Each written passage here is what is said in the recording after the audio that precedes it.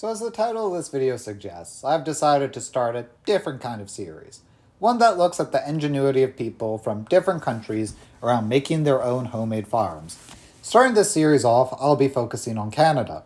Now, I was not too sure where to begin, so I decided to go to a source that has a decent number of examples as a jumping off point.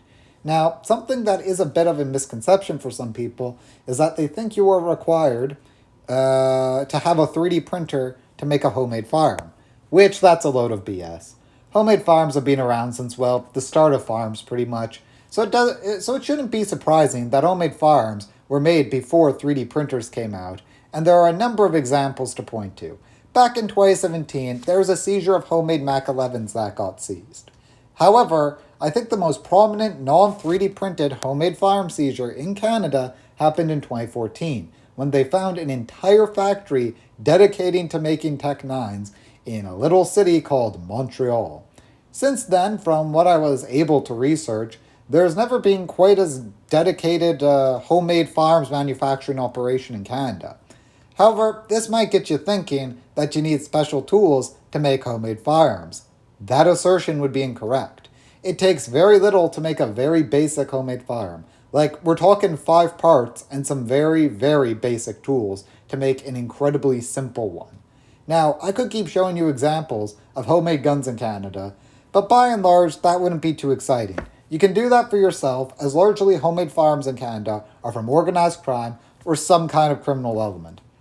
So I think what would be more interesting would be showing the legal examples of homemade firearms in Canada, which you might be saying to yourself that you thought that homemade firearms were illegal to make in Canada.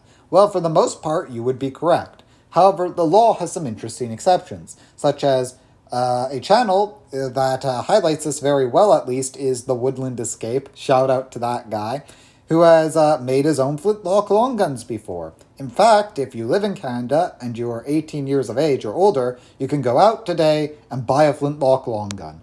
Nothing is required for this sale, apart from proof that you are 18 years old. That's it. However, I think my favorite example of a legal homemade firearm in Canada is that some dude in a random town in Alberta is making hand cannons. Shout out to Waterfield Forge. You make some pretty cool stuff.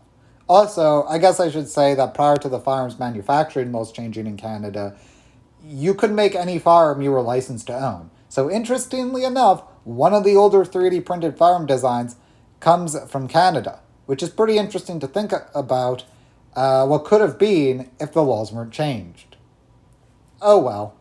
That's going to wrap up this video. I'm not too sure what country I should do next or if I'm going to do another country. But until next time, keep thinking differently.